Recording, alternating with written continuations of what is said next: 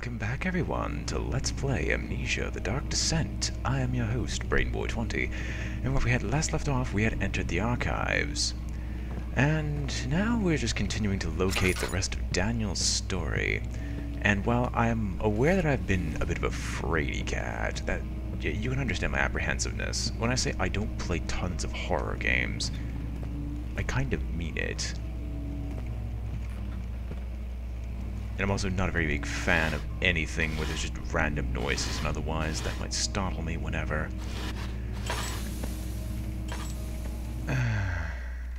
Excuse me. How do you refill the lantern again? Ah, okay. I didn't expect the lantern to run out that quickly. Like, I'll be honest here, it just seems a bit off. And I know we were in those rooms. Can it stop doing that? Like, really, please.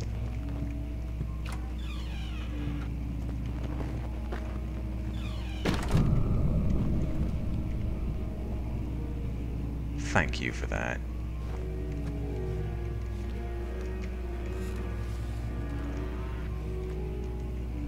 Well, I'll gladly grab oil in a tinderbox. I don't hear anything wandering about. And I will grab another free tinderbox. I don't know how I notice these things all the time, but okay. Well, then again, I could just be having my characteristic dumb luck and just stumble upon it constantly. And this actually brings me to another note. Like, I just want to be honest here. Playing a game's a lot different from actually just watching it. Like, watching it from the back lines, just as a viewer on YouTube, it feels very weird. Compared to, say, you know, actually viewing the game. Can I light this? Like, I just like a static source of light that would illuminate any monster for me. Note, it might do the opposite and illuminate the monsters to my existence, but, well, I can't really avoid that now, can I? So this is locked. So what are my notes again? I'm fairly certain you can't be attacked while looking at notes. Dwelling in the local history room is locked. Is there another entrance?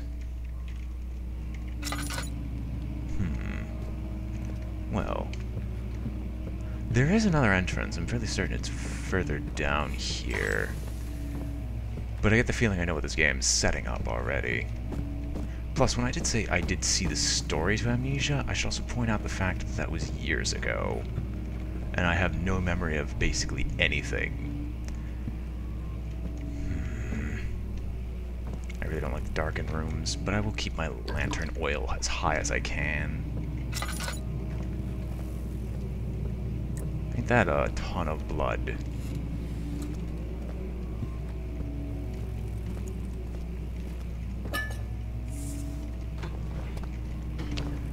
Alright.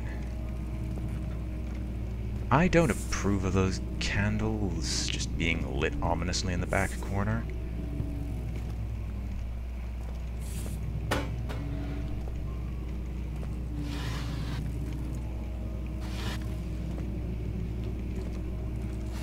I also don't approve of the noises either. Because when you have those moaning noises in the background, you can't really distinguish between what's going on and what isn't. Like, what's actually a relevant noise here.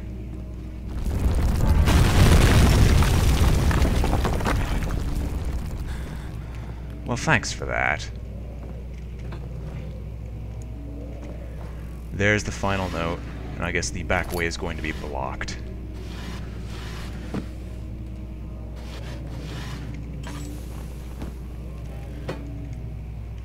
Disappointing.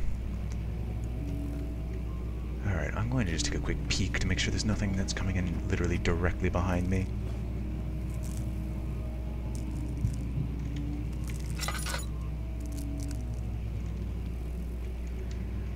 Okay, my sanity can't be that low, where it's just like, oh, my screen is going berserk. Yep, we're blocked in. Great. Let's find a new way out of this area. Well, I guess we're going to have some, like, little enforced meeting now, aren't we? And I'm not that stupid. I'm not going anywhere near that wall.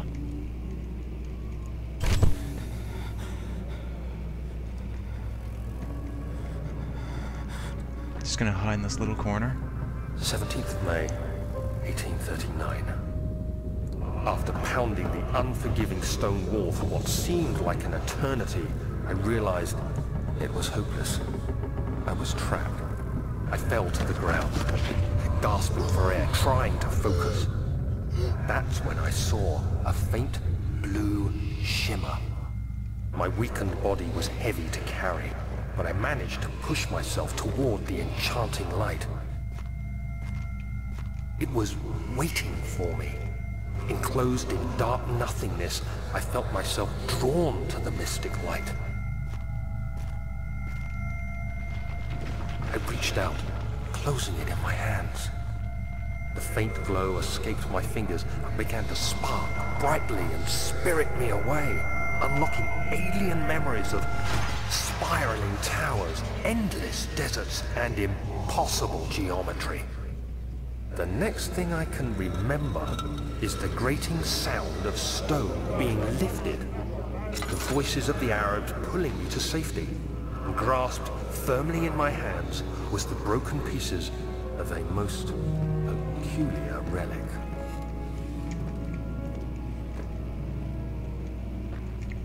Well, I guess we might as well go. What is in here?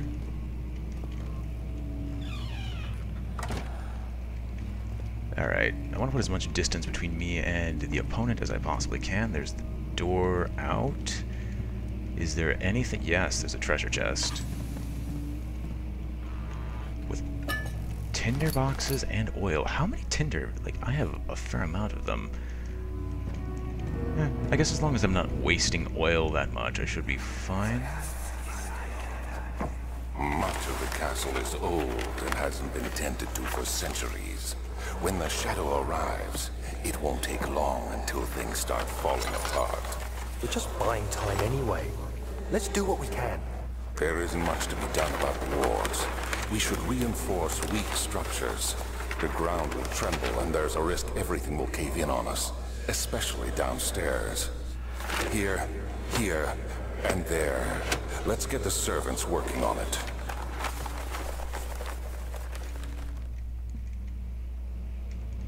Well, thanks for that, I guess. So is there nothing I can do here? Oh, okay. I thought that was a, like, literal blocked-off door. Well then, that's my mistake. So there must be something I'm missing in here then, unless the treasure chest and that little bit of story was all that was available.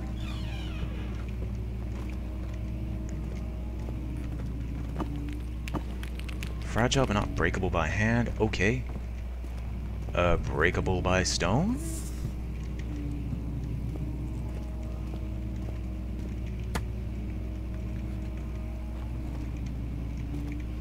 Ah.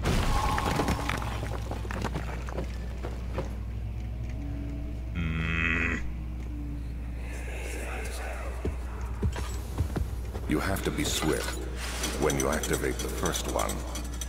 You hear that? If it stops, you'll have to start over. Isn't all this a bit excessive? You can never be too careful, Daniel.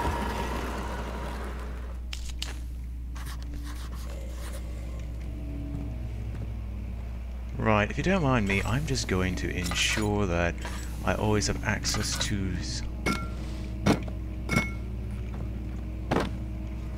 Just always have access to some form of light. Local folklore. Alstad and Brennenburg Castle, 1801. Another region rich with lore is Alstad, deep within the East Prussian woods. For centuries there have been stories surrounding the hamlet and its neighbor, Castle Brennenburg. The quiet forest-clad mountains dressed with scattered lakes is as picturesque as can be, albeit the area is haunted by the dark. Ask any local, and you'll hear proof of the widespread superstition. All travelers should indulge themselves in such conversations, since it will certainly serve as exciting entertainment. All of them will have their own twists on the tales, but there are some motifs that keep reappearing. The Gatherers. The story reaches all the way back to the time of the 30 Years' War. It is said that soldiers who abandoned their duty got lost in the cold dark woods and were forever damned to roam the grounds. Their bodies wrought by their tainted souls have left them disfigured and empty of essence. Many have cited them over the years and described them as horrid revenants. They move silently through the woods, shying away from any beholder. They are called gatherers, as they seem to follow some ambition to steal living creatures.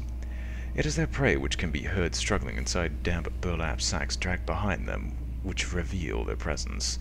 What dark scheme do they follow? A visit undone. Heinrich Cornelius Agrippa, the well-known erudite, visited Alstadt at the start of the 16th century. He resided in the local inn for a fortnight as he looked for remnants of kingdoms past. During his stay, all the prominent members of society paid notice, and he is mentioned in many records of the time. One day he went to investigate a burrow in the northwestern glades, only to never be seen again. Heinrich is known to have passed away in Grenoble some 10 years later. He dismissed the notion of ever visiting Alstadt, which makes you wonder what really happened. Who was this mysterious man who visited the sleepy hamlet in the woods, and what happened to him? The Immortal Baron. The Baron of Brandenburg lives a reclusive life with his family at the castle nearby Alstadt, and like most of those of noble birth, rumors are inherited alongside with the title. Researching the history reveals little before the castle was consumed by fire in the late 16th century. Late 16th century, my apologies. It was rebuilt by Alexander, a nobleman from the Rhinelands claiming the role as protector of the Prussian state. Alexander helped the region to flourish and remained popular throughout his presumed lifetime. The family has always been secretive when it comes to lineage and heritage. Therefore, the birth and death of Alexander and his offspring has never been fully recorded. This has fed the idea that the Baron is in fact the one and the same who came from the west over 300 years ago, lived through the time of occupation, and joined the coveted Order of the Black Eagle alongside the great leaders of this country. Interesting. So there are 2 switches that we have to pull, I presume. Furthermore, how's my lantern oil looking? I should turn that off. Who knows when I'll need this lantern again. There's also this behind it. A draft faint light are coming from behind the bookshelf. There must be a way in. Ooh. Oil. I can make a tasteless joke involving the United States and, I can make a tasteless joke involving the United States and the Middle East, but I think I'll refrain from doing so. So we have 2 books here to open. I would assume that there's more, but one can never be too certain. Alright.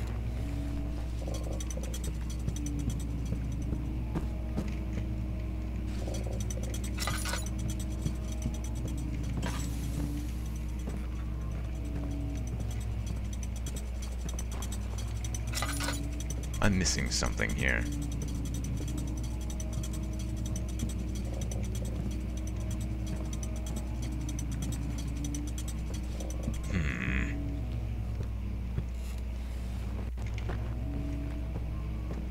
That's not right. So we have 2 there. What else could I possibly be missing? That's kind of why I lit up the place, but I also know excessively lighting up the place could be bad.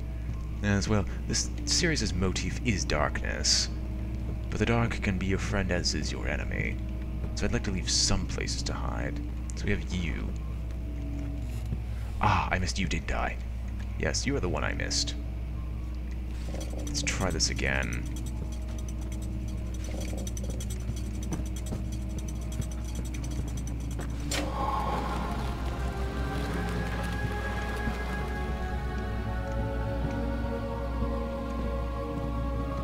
Is this locked?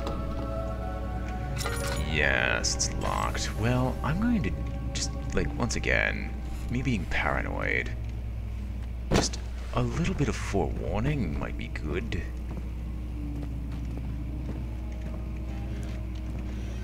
Someone would just show up who shouldn't have. And I will open this later. Regarding closing of the wine cellar, Wilhelm and his fools have endangered my research long enough with their absent-minded handling of the human vessels. The sheriff is keeping a watchful eye on the forest and is killing my trusty servants. It's just a matter of time until they follow the trail to Brandenburg. I need to lock Wilhelm and his men up to avoid further investigation from the public. The wine cellar will therefore be sealed off until the matter has been handled. Either the king's men leave, or they will starve. Whatever comes first, they can rot for all I care. Maybe we'll feed them some wine, and it would in a sense solve both of my problems. Drinking issue, eh?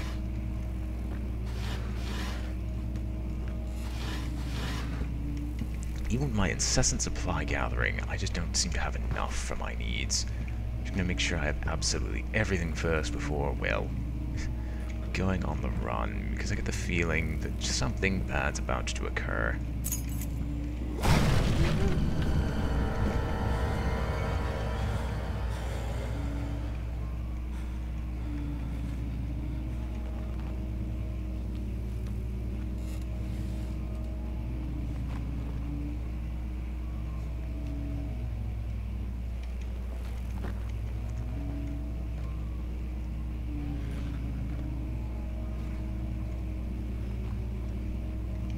I knew my senses weren't wrong, but I would assume he would check out in this place.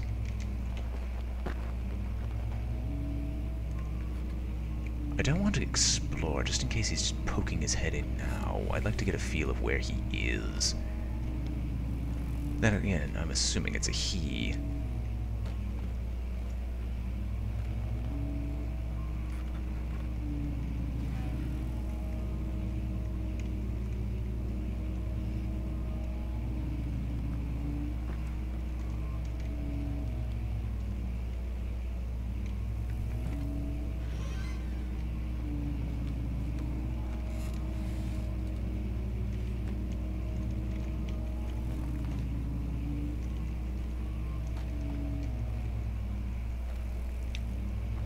Looking for a beastie.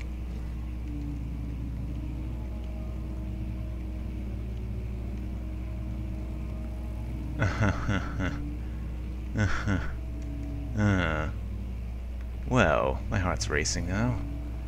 Who could be looking after me, or looking for me, I should say? Clearly they're not in here. I would have noticed them a while ago, and I don't see them in between the bookshelves, so they're not hiding.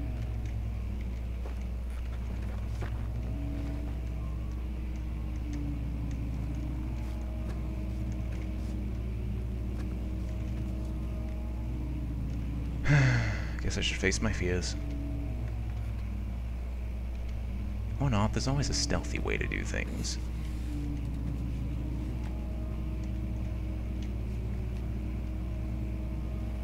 And clearly they didn't go in here. Otherwise we would have noticed them.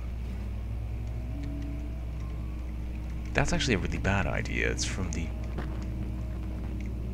door itself, and I really wish that freaking crunching sound would stop. It's really setting my nerves off.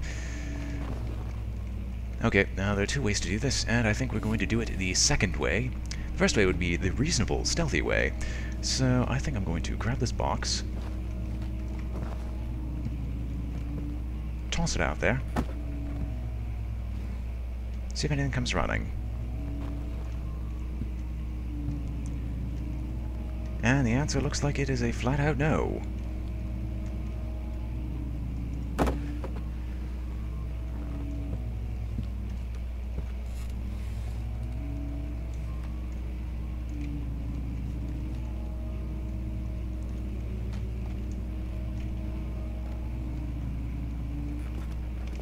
Alright, let us sprint out of here.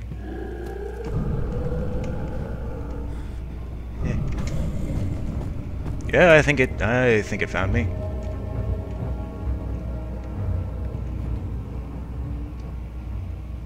Okay, that was the least bit unsettling. Yeah, we're out of here. Screw you people, we're gone. Nope, I refuse to remain.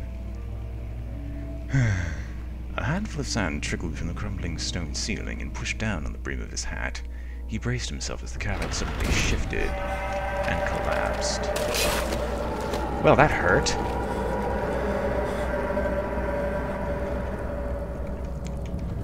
Well, Monsieur creature that's hunting me from beyond the realms, can you not try to kill me horribly? I always think there's a little bit of enough excitement for one day, considering I've got a lot of work to do regardless. For those who aren't aware of my current situation, I kind of lack a vehicle to take myself to work or school. So this is an absolutely fun day to me, as I have some things to do after I'm done with this, so I think I'll end the episode here. It's not because I'm scared or anything. Regardless, I hope you've all enjoyed watching this episode of Amnesia. I know I definitely enjoyed playing it. And when we come back, we shall continue down into the cellar, as I think that note pointed to the cellar. Anyway, farewell. If you did enjoy the video, I don't know why I said farewell. If you enjoyed the video, remember to like, comment, and subscribe, for it helps out a great deal, and I hope to see you all next time.